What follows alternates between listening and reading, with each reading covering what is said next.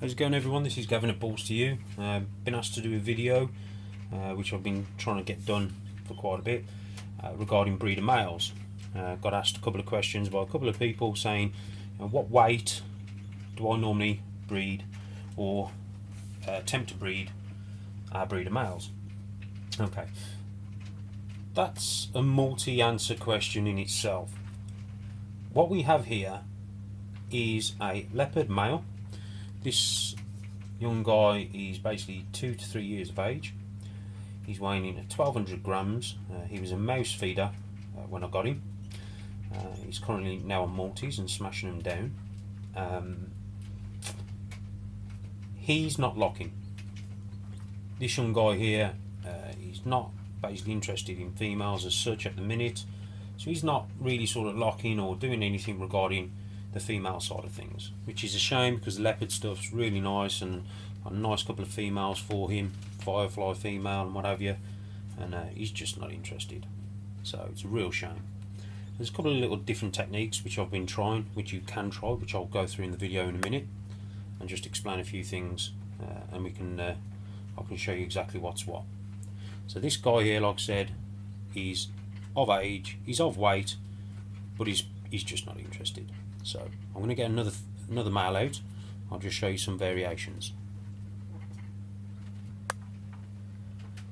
Okay, this guy is 18 months old. As you can see, he's a pastel clown. He's weighing in at 900 grams. Okay, he too is, isn't also interested in the females as such just yet.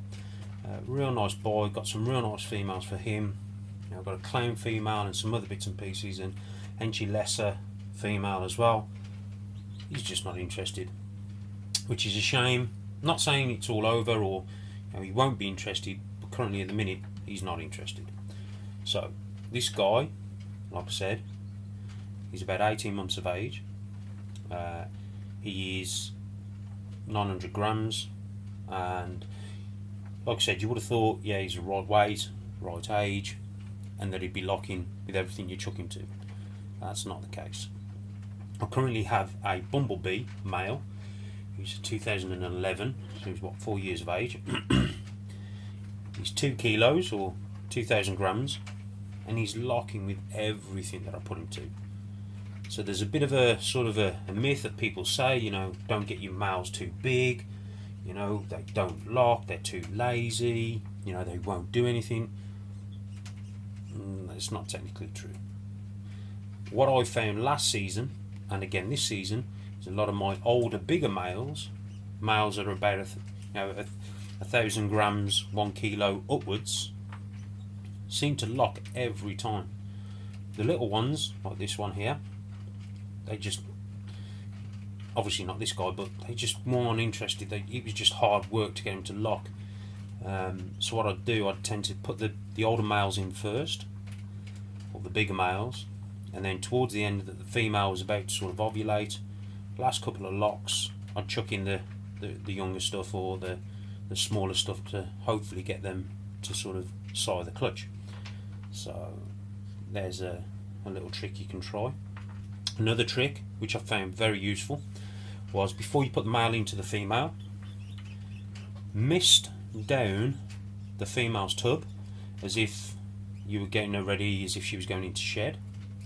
Then put the male in on the evening or late evening, and what I tend to find is, what that does, because the humidity rises, the females, when they start tail wagging and sticking the scent gland out, it sort of amplifies their smell, so that the males basically they get mesmerised, if you like, or they start going crazy and they start to lock. So it doesn't always work.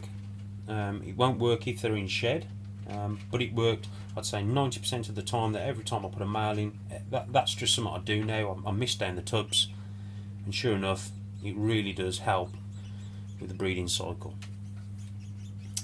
So there's another little trick. So this guy, he's not locking, not interested, but still plenty of time. Okay, right, I'll show you another variation. This guy here is Mojo. He's a Cosmo Harvey. He's also 900 grams. And this guy's he's roughly about a year old. This guy had gone off food. He didn't seem that interested in food whatsoever, but he seemed active. So part of this hobby is obviously listening to your snakes, knowing what your snakes want, and trying to sort of fulfill the needs and give them what they want. So I could see he's really active, so I thought, right, okay, I'm going to put him in with a female. A little bit early, I know, but I thought we'll try him. Put him in with a female. Sure enough, he locked.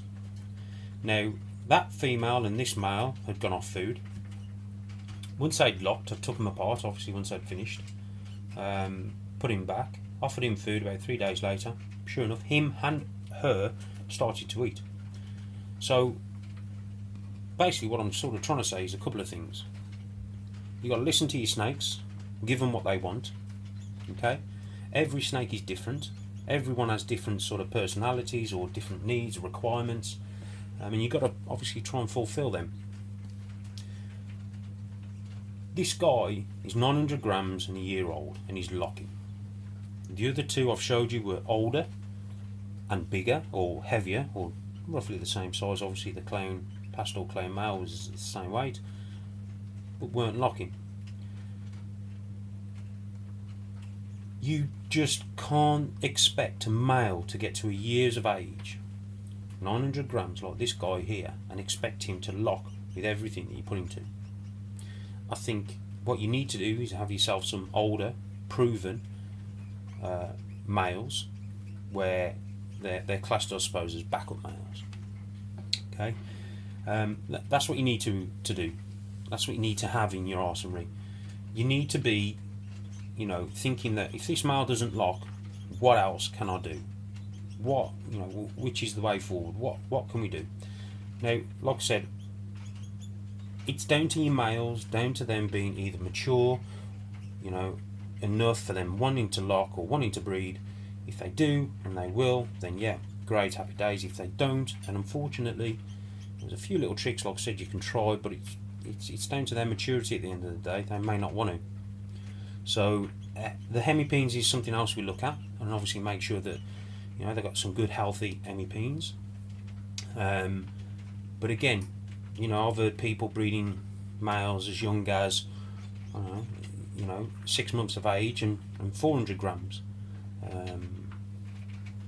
But to be honest with you, like I said, it's down to the male, down to their maturity levels, if they're mature enough, and if they want to mate, then they'll mate. You can take a horse to water, but you can't make it drink. So so we can have these projects in mind, the leopard fly, leopard clown, all that sort of stuff, but if they're not going to lock, they're not going to breed. There's nothing really you can do. You can try some little tricks and what have you, but don't get your hopes set on that you're going to make that particular morph. I think the thing to do is have yourself a backup plan with some backup males, and just prepare just in case that it's not going to go the way you want it to.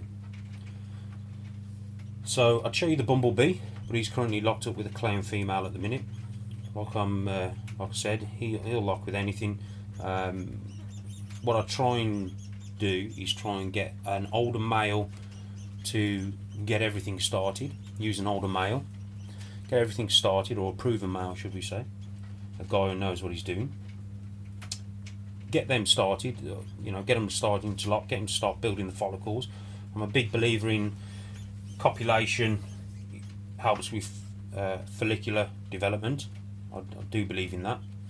And try and get everything going. Then basically the guys that you want to be a part of the project, so if you want that leopard to go with that firefly to produce a leopard fly, then basically throwing them in at the end, and hopefully he'll get the clutch. If not, it'll be a dual sire.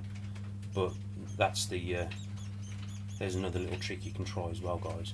Okay, we've got one more clutch left in the incubator from this season, which is a surprise clutch, which I'll be doing a video. They're due on the 23rd, but they'll probably start to pip on the 21st or the 22nd, so we'll be doing a video on that, and as soon as they start to pip, like I said, we'll start to cut them, and there'll be an update video on them. I will be doing a female video, a breeder female video, and I'll also be doing a hatchling and holdback video as well. So please, if you have any questions, don't hesitate to ask.